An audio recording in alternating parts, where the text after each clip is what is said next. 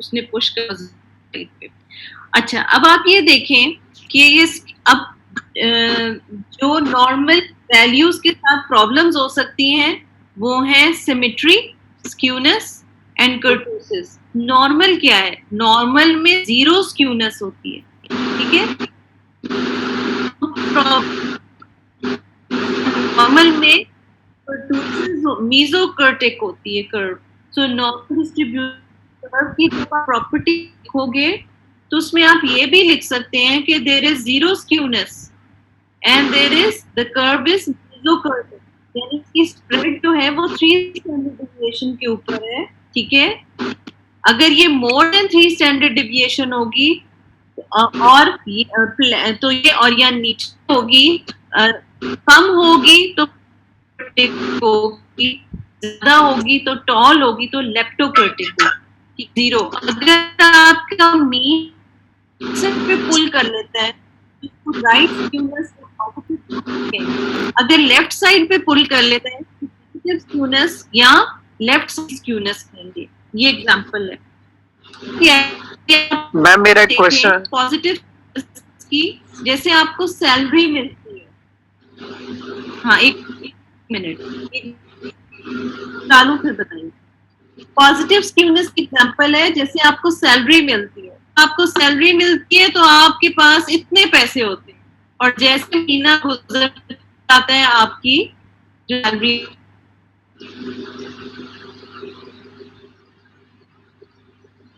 शुरू में बिल्कुल वेट बड़ा होता है ना, साइज ऑफ द वूम, और with time with in 9 months फिर वो साइज इंक्रीज होता जाता है। तो इस तरह एग्जांपल्स हैं। अब पूछे मैम मेरे एक क्वेश्चन तो ये है कि मैम ये जो पॉजिटिव स्क्यूनेस है मैम ये नेगेटिव स्टैंडर्ड डिविएशन वाली साइड पे क्यों है? और मैम दूसरा ये कि मैम ये जो स्क्यूनेस है, पॉजिटिव स्क्यूनेस है, इसकी जो कर्व के जो डिविएशन है वो नेगेटिव स्टैंडर्ड डिविएशन की तरफ क्यों है? मतलब उसका जो नेगेटिव साइड है उस तरफ क्यों है? और दूसरा मैम जब ये स्क्यूनेस आती है तो मीन, मोड, मीडियन तीनों मैम अपार्ट चले जाते हैं, तीनों वैल्यूज अलग अलग हो जाती हैं।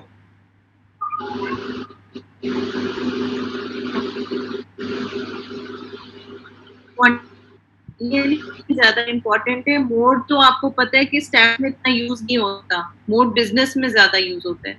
तो वी डोंट रियली केयर कि मीडियन और मोड एक ही जगह है या मीडियन और मोड, लेकिन ये चेंज हो जाते हैं। पहले मीन, अच्छा पहले आपका क्वेश्चन है कि कर्व इधर है तो ये कैसे? याद रखना, मीन बिकम्स मीन। आप स्किपिंग रोप के साथ खेल रहे होते हैं ना, दो बहन भाई, तो तीसरा बहन भाई जो छोटा वाला होता है वो आके बीच में से कर्व को पकड़ता है, रस्सी को, और कहता है कि इसमें मैंने खेलना है। आप मेरी बात समझ रहे हैं? तो वो जो बच्चा है ना छोटा, जो तीसरा मेंबर है जिसको आप खिला नहीं रहे बहन भाई, और वो रस्सी को पकड़ के अगर राइट साइड पे जाएगा तो वो जो इतनी परफेक्ट स्किपिंग रोप से वो चीज बन रही थी वो कर्व उस तरफ पुल हो जाएगी। राइट साइड पे जाएगा तो पॉजिटिव या राइट स्क्यूनेस हो जाएगी। अगर मीन बिकम्स मीन, अगर वो बच्चा रस्सी पकड़ के उस तरफ ले जाएगा तो कर्व बेशक उधर ही, अभी वो खेल रहे हैं, वो कर्व बन रही है, लेकिन वो खींच के रस्सी उस तरफ ले जाएगा। सो मैम लेकिन इस फिगर में मैम देखिए ना, वो जो फर्स्ट फिगर है मैम उसमें तो लेफ्ट साइड में नहीं है। मीन की वजह से बेटे लेके जाना है। Mean is important. The most sensitive measure in a normal distribution curve is mean and standard deviation. तो मीन को कंसिडर करना है। मीडियन पीछे रह जाएगा और मोड हो सकता है दोनों इकट्ठे हो सकता है पीछे चले जाएं। तो mean is more than median is more than mode. Mean is less than median is less than mode जब नेगेटिव स्क्यूनेस होती है, ठीक है। अब ये पॉजिटिव क्यों है? क्योंकि ये वो स्किपिंग रोप के साथ खेल रहे थे और बच्चे ने रस्सी पकड़ी और राइट साइड पे चल पड़ा, तो इसका मतलब मीन की वैल्यू ज्यादा हो गई। यहाँ पे अगर सिमेट्रिकल लाइन थी तो मीन ज्यादा हो गया और मीडियन और मोड पीछे रह गए, एक लाइन पे नहीं रहे ना। मीन जिस साइड पे जाएगा उस साइड की स्क्यूनेस होगी। आप हाइट ऑफ द कर्व पे ना जाए, हाइट ऑफ द कर्व पे ना जाए, आप मीन बिकम्स मीन, मेरी बात याद रखें। तो एक normal distribution curve has no skewness, ठीक है, it is not bended at any side, And number two, it is mesokurtic, that it is on 3 standard deviation normal distribution curve. ज्यादा होगी तो लेप्टो होगी मोर देन 3 स्टैंडर्ड, ये spread का problem है, और कम होगी तो प्लेटिकर्टिक होगी. अब normal distribution curve is finished now. एक और कॉन्सेप्ट है, जो ये कॉन्सेप्ट चल रहा था कि जब मैंने आपको डिस्क्रिप्टिव स्टैटिस्टिक्स सिखाए थे, mean, median, mode, standard deviation, और तो उसमें एक चीज और है जो आगे आपको जी स्कोर्स में काम आएगी, जो मैंने आज जिसका कॉन्सेप्ट आप लोगों को देना है. आई एम श्योर आप लोग थक तो नहीं गए ना अभी? No ma'am. Okay okay. अगर कोई ब्रेक चाहिए 5 मिनट्स तो you can ask me.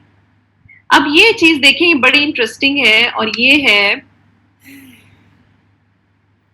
Percentiles, quartiles and some other measures of location. Location क्या है? उसी वही नॉर्मल डिस्ट्रीब्यूशन कर्व की लोकेशन.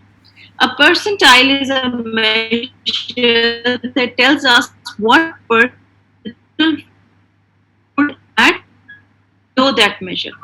Denoted by px, यानी 10th, 9th, 8th. जी आवाज नहीं आ रही मैम? आई थिंक मेरा कोई इंटरनेट बहुत ज्यादा हो रही है बीच बीच में मैम. ब्रेकेज बहुत ज्यादा है. अच्छा, डिसरप्शन बहुत. क्या करें? मैं ये वीडियो बंद करूं शायद इससे? भी ठीक है, भी ठीक आ रही है, बीच में सम टाइम डिस्टॉर्शन आ जाती है. अच्छा, मैं इधर से शायद अपना ये वीडियो बंद करती हूँ तो उससे थोड़ा शायद इंटरनेट कनेक्शन. अब आप मुझे बता दीजिएगा, ठीक है? अब देखिए, divide the data into 4 equal parts. Remember मैंने आपको क्वार्टाइल्स कराया था कि normal distribution curve is 0 to 100%, और 100% को आप 4 क्वार्टर्स में जब डिवाइड करते हैं तो 25, 25, फिर 25 और 25%, तो टोटल 100% बनते हैं. हमने क्वार्टाइल्स है ना? ये वही चीज रिपीट हो रही है.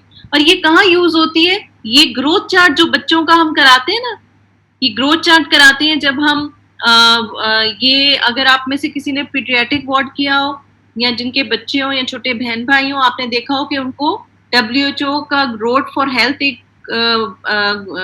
ग्रोथ चार्ट होता है, जिसमें हम कहते हैं ये एरिया जो होता है बीच वाला, मीडियन एरिया जो होता है, उसको हम कहते हैं ग्रीन है.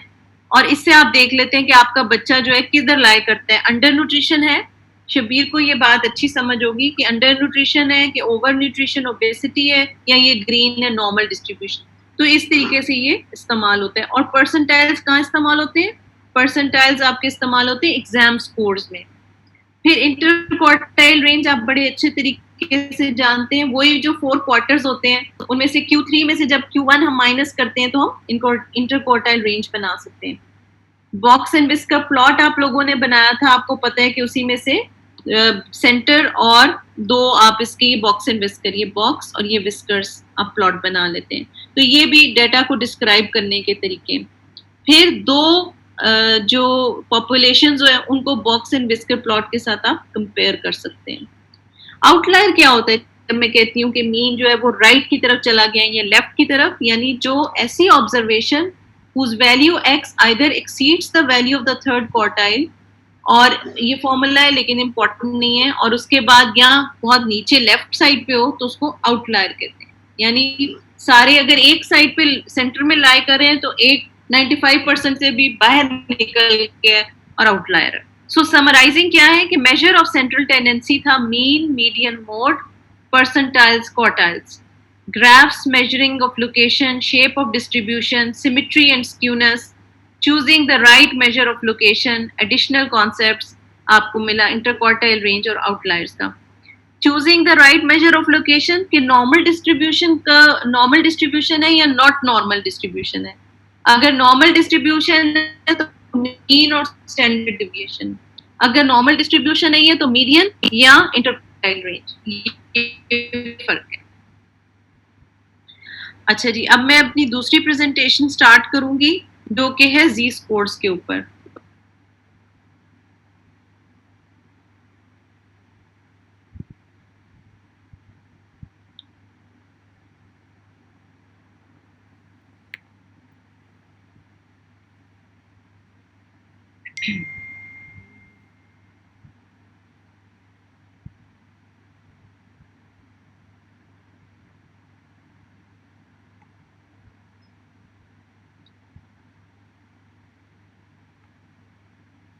जीस कैलकुलेशन या जी स्कोर्स पहले कैलकुलेट किए हुए?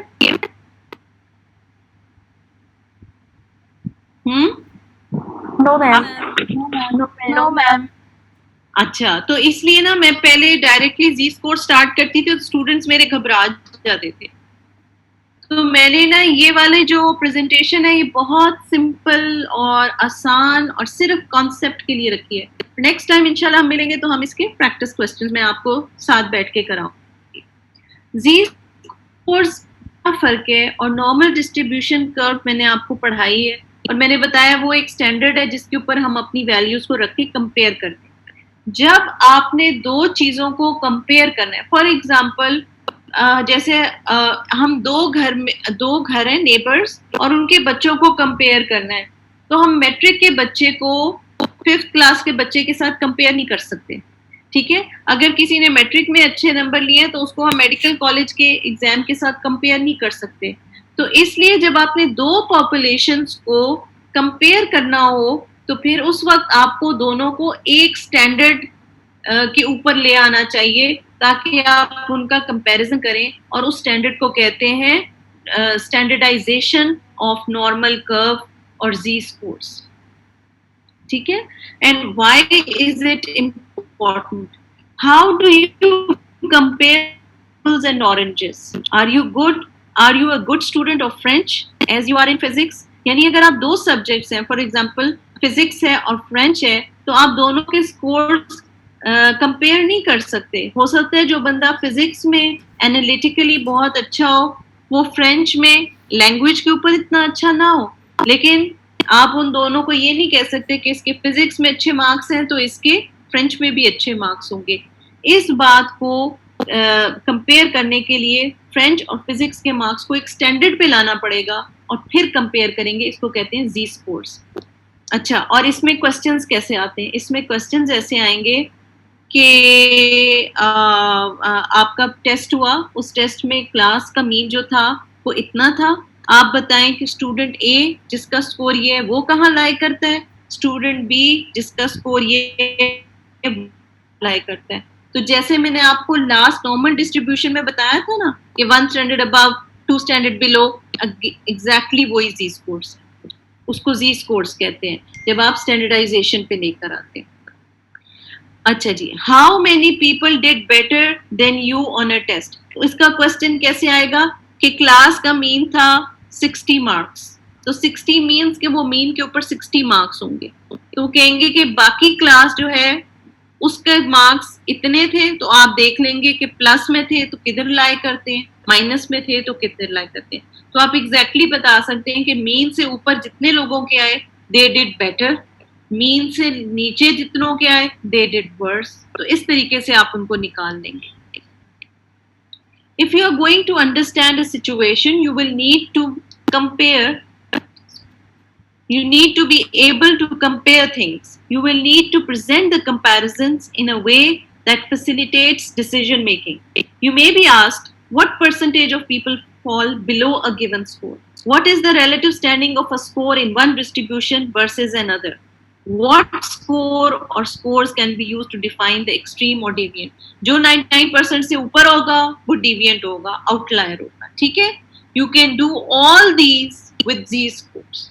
And this is very simple और बहुत बड़े जिसको कहते हैं कॉमन सेंस से ये आपसे सॉल्व हो जाएगा। Our first intuitive example, you enter your dorm room and find out that one of your roommates has a happy face, ठीक है? And what happened? Why are you so happy? और जो दूसरे को देखेंगे he is sad, and why are you so sad? So एक student उसी कमरे में खुश है और एक स्टूडेंट जो है वो दुखी है।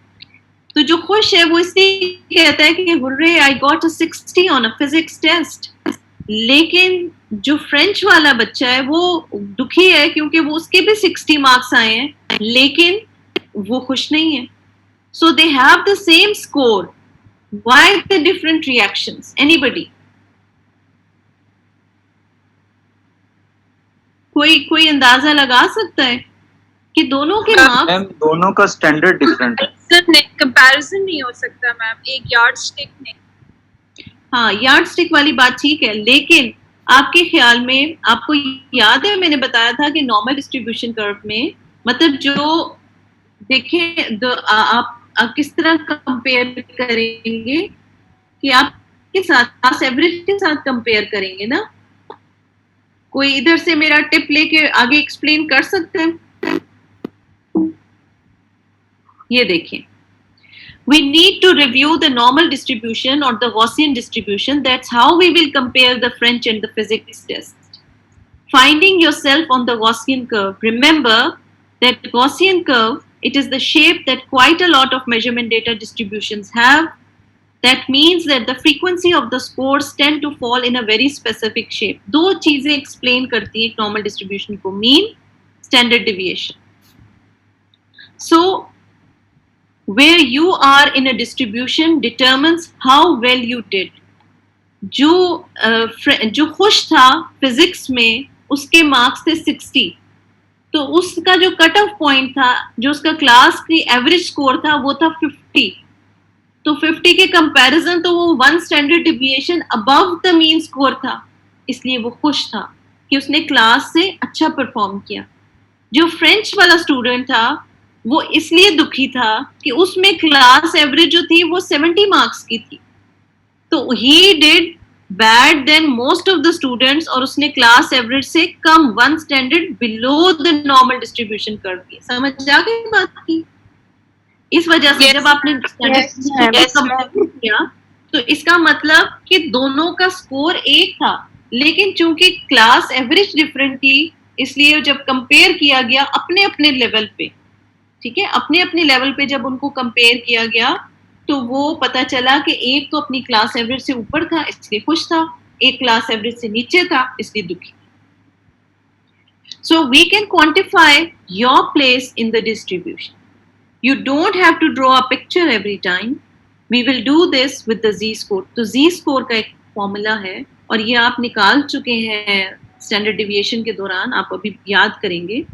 A z-score equals the number of standard deviations the score is from the mean. तो जो ओरिजिनल स्कोर यानी आपका स्कोर, फॉर एग्जाम्पल पीछे वाली एग्जाम्पल पे जाते हैं, फिजिक्स का स्कोर में आपका स्कोर है 60 और क्लास की एवरेज है 50. अब आप इधर देखें, यानी आपका स्कोर 60 माइनस क्लास का एवरेज जो था वो क्या था, आपका था 60 और ये 50 था, डिवाइडेड बाय स्टैंडर्ड डिविएशन. ठीक है, तो जब आप उसको इस तरह निकालेंगे तो फिर आपकी 1 स्टैंडर्ड ऊपर पता चलेगा एवरेज है. अब कॉन्सेप्ट क्या है कि जो रूलर है, your school bag 12 inches long, marked in inches, centre is 6. Normal curve क्या है, 100% of scores marked in z scores, centre is the mean. ये बात तो समझ आ गई ना सबको? यहां तक वी आर ऑल क्लियर ना? Yes ma'am. Yes ma'am. अब आप देखिए, ओके थैंक यू. ये क्लास का मीन था और ये स्कोर हम करें फिजिक्स का जो खुश था, तो क्लास का मीन था 50, हम वो उस स्टूडेंट का स्कोर था 60, तो 60 minus 50 divided by standard deviation. So we know the mean is 50, standard deviation is calculated to be 10. ठीक है, remember the SD is the distance from the mean to the point of inflection, change in the अच्छा जी. अब उसको जब formula पे डाला तो 60 minus 50 divided by 1 standard 10, तो आंसर आ गया Z1. इसका मतलब है 1 स्टैंडर्ड डिविएशन. अब आप ये देखें, तो 1 स्टैंडर्ड डिविएशन इसका मतलब है कि अबव, तो ये हो गया Z स्कोर इक्वल्स 1 बिकॉज ये हमने इस फॉर्मूला से निकाला. तो Z स्कोर कैसे निकालेंगे, original score minus average divide by standard deviation. जब इसका न्यूमेरिकल आएगा तो वो कोई भी डेटा दिया होगा और आपको कहेंगे कि जी इतने बच्चे थे, उनका वजन इतना था, उनमें से एक बच्चे का वजन इतना था, तो फिर उस बच्चे का पर्टिकुलर वजन माइनस उस पूरे ग्रुप का वजन डिवाइडेड बाय स्टैंडर्ड डिविएशन जो थी वो 2.5 kg थी, तो आप 2.5 नीचे लिख के फॉर्मूला से निकाल देंगे. इसी तरह let's do it again. The student down the hall, अब वो अपने कमरे से बाहर निकले, यानी ये फिजिक्स का पेपर था, क्लास की एवरेज थी 50, हमारे जो बच्चा था उसका स्कोर था 60 और वो 1 स्टैंडर्ड डेविएशन जी से पता चला अबव था. जी इज इक्वल टू 1 का मतलब है 1 स्टैंडर्ड डेविएशन जो है अबव द मीन स्कोर. अब इसका मतलब क्या हुआ, वो कहते हैं दूसरे हॉल में गए तो दूसरा जो बच्चा था वो और भी ज्यादा खुश था क्योंकि उसका स्कोर था 84. तो ये 50 है, ये 60 है, ये 70 है, ये 80 है और ये 80 1 2 3 4 ये रफली बना है. तो आप क्या करेंगे, individual score 84 minus class average 50 divided by 10. तो आपका इसका आया 3.4 यानी he was more than above 3 standard deviations. तो इसलिए ये स्कोर अगर 60 है तो ये 84, तो ये और भी अच्छा स्कोर. मैम ये 10 जो स्टैंडर्ड डिविएशन है वो गिवन होगा क्वेश्चन में मैम? हाँ वो गिवन होगा, given. Thank you. That will be given in a numerical, but here one standard deviation means हम approximately 10 समझते हैं. ठीक है, अच्छा जी. अब आ जाए. Now we know we are the French जो था वो दुखी क्यों था, क्योंकि जो फ्रेंच बच्चा था क्या था,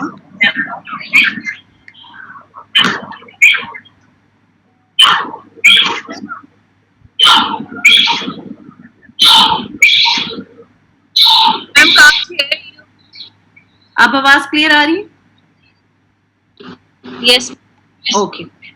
जो फ्रेंच स्टूडेंट था उसका मार्क्स है 60 और क्लास एवरेज थी 70. तो 60 minus 70 divided by 10. Z was -1. -1 means 1 standard deviation below the mean. ठीक हो गया, इसलिए वो दुखी था. तो ये जितनी वैल्यूज अबव द मीन आती हैं वो ऑटोमेटिकली पॉजिटिव होती हैं और बाकी सब वैल्यूज जो बिलो द मीन आती हैं वो ऑटोमेटिकली नेगेटिव होती हैं. So Z scores can be turned into percentages. You know the area under the curve is either 1 or 100%. Here's the deal. If you know a Z score, you know what percent or proportion of scores are above or below the score. It is like slicing a pie. Cut it into quarters and you know that each quarter is 25%. आप इस circle को खोल दें तो आपका 100% बन जाता है, जैसे आप क्वार्टाइल्स में डिवाइड करते हैं. Let's slice the Gaussian curve. ठीक है? The distribution holds 100% of the score or a proportion of 1, 50% below, 50% above. The gray line cuts it into half, so half are below and half are above. If you receive the average score on a test, average score है तो इसका मतलब Z is 0. 0 means there is no variation, there is no difference. ठीक है? You did better than 50% of the class. देखो आप जिधर खड़े हो ना वो आपकी एग्जाम की स्टैंडिंग. अगर मेरा स्कोर Z स्कोर 0 है इसका मतलब ये हुआ कि मेरी क्लास एवरेज जो थी फिजिक्स के पेपर में तो मेरी 50 थी, तो इसका मतलब मेरा स्कोर 50 है. अगर मैं आ जाती हूँ फ्रेंच की क्लास में और अगर मेरा Z 0 है, इट मीन्स कि क्लास की एवरेज क्या थी, 70 थी. तो इसका मतलब है कि मेरा स्कोर है 70. Z का मतलब 0 होने का मतलब ये नहीं है कि उसकी कोई स्टैंडिंग नहीं है. ये Z का मतलब है कि मैं कहाँ खड़ी हूँ, मैं बिलो मीन हूँ, अबव मीन हूँ या मीन के ऊपर खड़ी हूँ. अगर मैं मीन के ऊपर हूँ तो Z is 0. अगर मीन से अबव है तो 1 स्टैंडर्ड, 2 स्टैंडर्ड, 3 स्टैंडर्ड अबव है. अगर मीन से बिलो है तो -1, -2, -3 बिलो होगा. What about cutting the distribution in another place? ठीक है? Calculus types have calculated the percents above and below any Z score.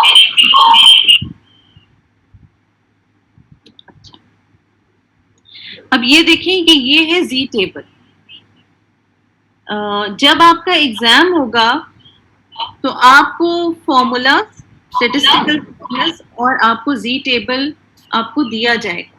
तो ये आपको जुबानी याद नहीं करना, आपको उसका पढ़ना आना. अब आप देखें अगर जी को पढ़ने का तरीका ये है कि आप देखें पिछला जो न्यूमेरिकल था जिसमें 1 स्टैंडर्ड डिविएशन था वो था 1, अगर 1 मींस 1.00, ठीक है।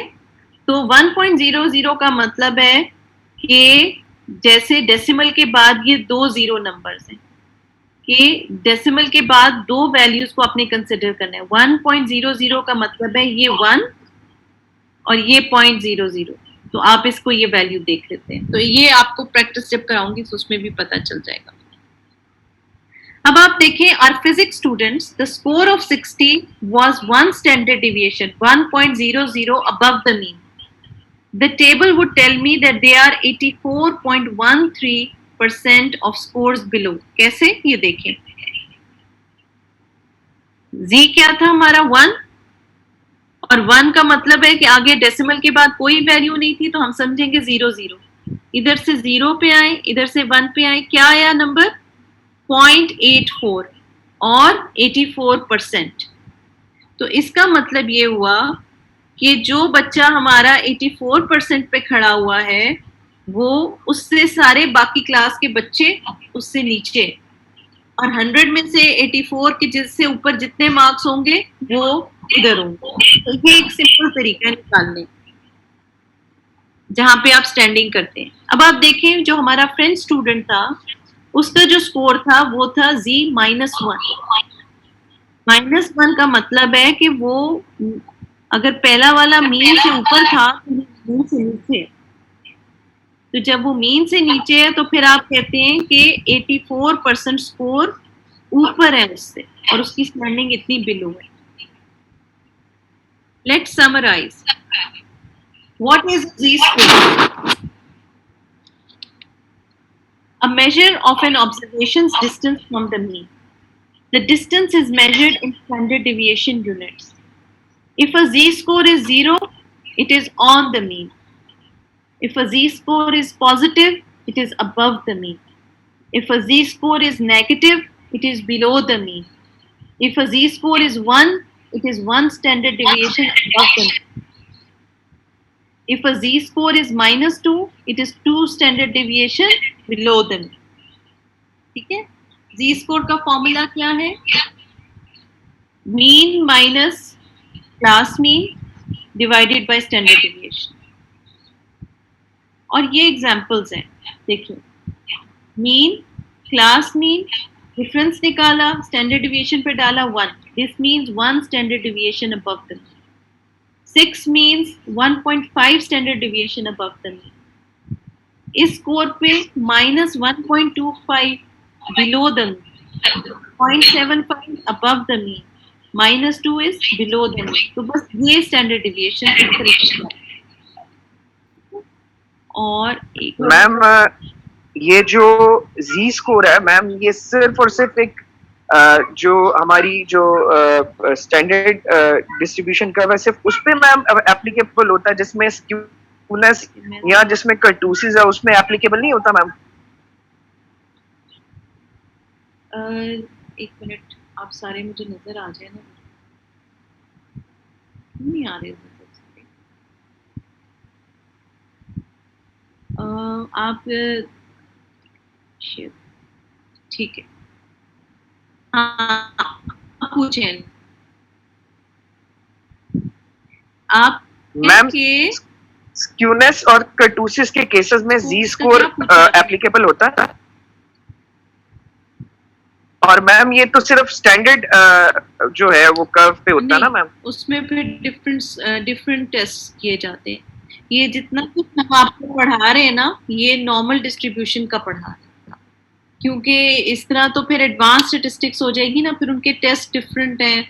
और जब आप SPSS करेंगे तो फिर नॉर्मेलिटी का टेस्ट होता है कि जो ये आपको डेटा दिया गया है उसके ऊपर नॉर्मेलिटी का टेस्ट होता है। KS टेस्ट है, इसकी स्पेसिफिक नेम है, जो वो आप टेस्ट रन करते हैं देखिए कि आपका डेटा नॉर्मल है। नहीं, वो आपका SPSS सॉफ्टवेयर पे करें, सॉफ्टवेयर पे करें, वो इसमें नहीं करेंगे, वो आप सेकेंड सेमेस्टर में अप्लाइड एपीबायो में करेंगे।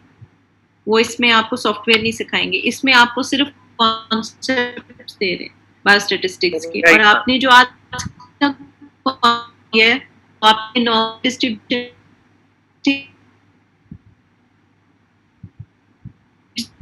फिर कॉन्सेप्ट दिया है कि जब आपने दो डिफरेंट चीजों को कंपेयर करना है तो फिर उसके लिए आपको एक स्टैंडर्ड पे आना पड़ेगा, और वो स्टैंडर्ड नॉर्मल एजुकेशन और ट्रांसफॉर्मेशन।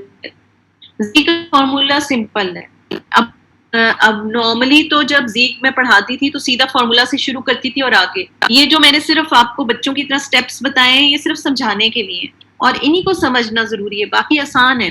फॉर्मूला क्या है कि आपके mean divided by class mean divided by standard deviation minus class mean divided by standard deviation. Plus में होगा तो मीन से ऊपर है, माइनस में होगा तो मीन से नीचे है। अगर मीन के बराबर होगा और जी 0 है तो इसका मतलब है कि जो क्लास की एवरेज है वो ही स्कोर है, ये नहीं कि उसके 0 मार्क्स है, ठीक है। और इसमें क्या चीज थी, और बाकी कैलकुलेशन है जो हम इंशाल्लाह नेक्स्ट टाइम करेंगे। और कोई क्वेश्चन? ज़किया, शनीला, फराज, मुबीन, इरज, डॉक्टर इनायत, कोई क्वेश्चन हो? इंशाल्लाह नेक्स्ट टाइम हम प्रैक्टिस करेंगे। नेक्स्ट वीक में हमारा स्टूडेंट्स की प्री IRB भी है, तो हो सकता है कि मैं आपको थोड़े से न्यूमेरिकल्स करा के और फिर आपको मैं प्रैक्टिस क्वेश्चंस दे दूं, ठीक है, और आप उनको करें।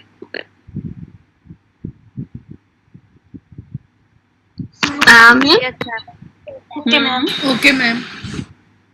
मैम मैंने पूछना था कि हमारे एग्जाम से पहले हमें प्रेप